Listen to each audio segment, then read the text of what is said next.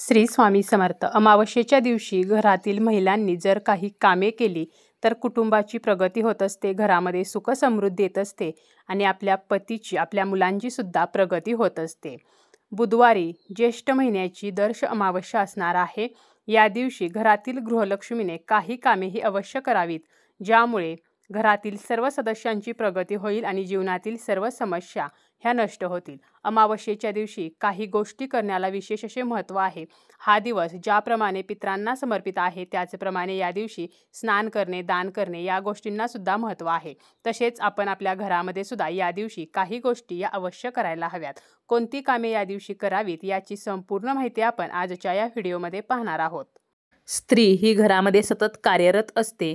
घरातील कामे, किचन त्यामध्ये ती सक्रिय असते. यामुळे तिने जर काही गोष्टी केल्या तर ह्या अतिशय प्रभावी ठरतात. माता लक्ष्मीचा घरामध्ये अखंड वास असावा, मुलांची प्रगती व्हावी, त्यांना चांगले आरोग्य प्राप्त व्हावे, पतीला यश मिळावे, पतीची प्रगती व्हावी, तर यासाठी आपल्याला या गोष्टी करायच्या आहेत. या दिवशी सकाळी आपल्याला लवकर उठायचं आहे, स्नान वगैरे आटोपायचं आहे आणि यानंतर सर्वप्रथम आपल्याला एक गोष्ट करायची आहे, ती म्हणजे आपला जो उंबरठा आहे तर त्यावरती आपल्याला पाणी शिंपडायचं आहे. इतर सर्व गोष्टी करण्या अगोदर आपल्याला ही गोष्ट करायची आहे. यामुळे आपले पूर्वज जे आहेत तर ते तृप्त होतात. आपल्या घराचा जो उंबरठा आहे तर तो उंबरठा म्हणजे आपल्या पूर्वजांचे स्थान असते. म्हणून आपल्याला हे पाणी जे आहे तर ते उंबरट्यावरती शिंपडायचं आहे. आपल्या घराचा जो मुख्य दरवाजा आहे त्याचा जो उंबरठा आहे तर यावरती हे पाणी शिंपडायचे आहे. त्यामुळे काय होतं, आपले पितर तृप्त झाल्यामुळे आपल्याला आशीर्वाद देतात आणि आपला जो पितृदोषाचा त्रास आहे तर तो राहत नाही. पितृदोषाचा जर त्रास असेल तर आपल्या घराची, मुलाची, पतीची कधीही प्रगती होत नाही आणि म्हणून आपल्याला या दिवशी हा उपाय जो आहे तर तो करायचा आहे. अमावस्या तिथी जी आहे तर ती पितरांना समर्पित असते. त्यामुळे या दिवशी जर आपल्याला पितरांना प्रसन्न करण्यासाठी जर आपण उपाय करत असू तर त्याचे फळ जे आहे तर ते निश्चितपणे मिळत असते. यानंतर उगवत्या सूर्याला अर्घ्य द्यायचं आहे. त्यानंतर आपल्या घराचा जो उंबरठा आहे तर त्याला हळदीचं लेपन करायचं आहे. हळद आणि गोमूत्र आपल्याला एकत्र करायचं आहे आणि जर असेल तर त्यामध्ये थोडंसं गुलाबजल टाकायचं आहे आणि नसेल तरी चालेल. फक्त हळद आणि गोमूत्र जरी आपण एकत्र केलं आणि त्याचं लेपन केलं तरी चालेल. यामुळे घरामध्ये नकारात्मकता येत नाही. हळद जी आहे तर ती नकारात्मकता नष्ट करते. त्याचप्रमाणे गोमूत्र जे आहे तर त्यामध्ये गंगेचे वास्तव्य आहे आणि हळद जी आहे तर ती माता लक्ष्मीला सुद्धा आकर्षित करत असते. तसेच आपला जो मुख्य दरवाजा आहे तर त्यावरती ओल्या कुंकवाने आपल्याला स्वस्तिक चिन्ह काढायचं आहे आणि मुख्य दरवाजाची आणि उंबरट्याची आपल्याला पूजा करायची आहे. धूप अगरबत्तीनं ओवाळायचं आहे.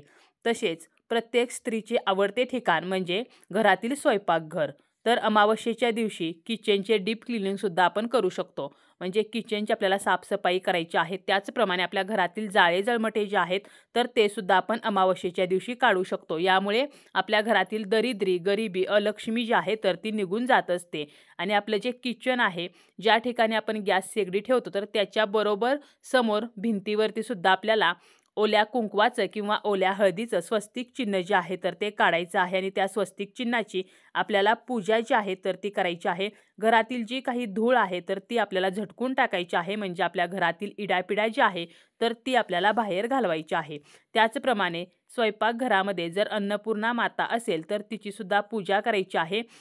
अन्नपूर्णा मातेला या दिवशी आवर्जून अक्षतार्चन जे आहे तर ते करायचं आहे. म्हणजे तांदूळ जे आहेत तर ते अर्पण करायचे आहेत.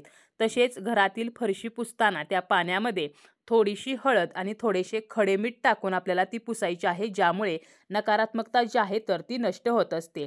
आपल्या घराबाहेरचा जो परिसर आहे तर तो सुद्धा आपल्याला स्वच्छ करून घ्यायचा आहे. त्याचप्रमाणे या दिवशी घरातील देव जे आहेत तर ते सुद्धा तुम्ही स्वच्छ करू शकता. देवघर स्वच्छ करू शकता. त्याचप्रमाणे आपल्या घरातील जे दिवे आहेत किंवा देवांची भांडी आहेत तर ती सुद्धा आपण अमावस्या तिथीला स्वच्छ करू शकतो. फक्त आपण देव स्वच्छ केल्यानंतर देवांना आपल्याला दुधाने अंघोळ घालायची आहे आणि त्यांना शांत करायचे आहे. त्याचप्रमाणे घराचे जे 4 कोपरे आहेत तर या 4 कोपऱ्यात 2-2 कापराच्या वड्या ठेवायच्या आहेत आणि तिन्ही सांजेला आपल्याला घरामध्ये कापूर जो आहे तर तो जाळायचा आहे आणि या कापरासोबत आपण 2 लवंगा, त्याचप्रमाणे एक तमालपत्र, देशी गाईचं जे शेणकूट आहे तर ते सुद्धा आपल्याला जाळायचं आहे. या दिवशी इतरांकडून आपल्याला काहीही घेऊन खायचं नाही. खास करून जे आपले शत्रू आहेत तर त्यांच्याकडून आपल्याला कोणत्याही वस्तू घेऊन खायचं नाही. बाहेर खाणे सुद्धा आपल्याला टाळायचे आहे. या दिवशी आपल्याला आपल्या घराची नजरसुद्धा काढायची आहे. तुम्ही ही नजर जी आहे तर ती मीठ मोहरीने काढू शकता किंवा ज्या वाळलेल्या लाल मिरच्या आहेत तर 5 वाळलेल्या लाल मिरच्या घ्यायच्या, 3 खडे मिठाचे खडे घ्यायचे आणि त्याने आपल्या घराची नजर जी आहे तर ती काढायची आहे आणि हे साहित्य आपल्याला अग्नीमध्ये टाकायचं आहे. त्याचप्रमाणे या दिवशी पिंपळाच्या झाडाला जल अर्पण करावे. पिंपळाच्या झाडाखाली मोहरीच्या तेलाचा दिवा लावावा, ज्यामुळे आपल्याला पितृदोषाचा आणि शनिदोषाचा त्रास जो आहे तर तो होत नाही. तुळशी मातेला सुद्धा या दिवशी 11 प्रदक्षिणा घालाव्यात आणि या प्रदक्षिणा घालताना ओम नमो भगवते वासुदेवाय हा मंत्र जो आहे तर तो म्हणायचा आहे. या दिवशी आपल्याला यथाशक्ती दानधर्म जो आहे तर तो सुद्धा करायचा आहे. पितरांसाठी सुद्धा रात्री झोपण्यापूर्वी आपलं जे पाण्याचं भांडं आहे तर त्याच्याजवळ एक दिवा जो आहे तर तो लावायचा आहे, ज्यामुळे आपले पितर जे आहेत तर ते तृप्त होतील. तसेच या दिवशी आपल्या देवघरामध्ये तुपाचा दिवा जर आपण लावला आणि त्यामध्ये थोडंसं केशर किंवा हळद टाकली तर माता लक्ष्मी प्रसन्न होत असते. तुपाचा दिवा लावायचा आणि त्या तुपामध्ये आपल्याला थोडीशी हळद टाकायची आहे.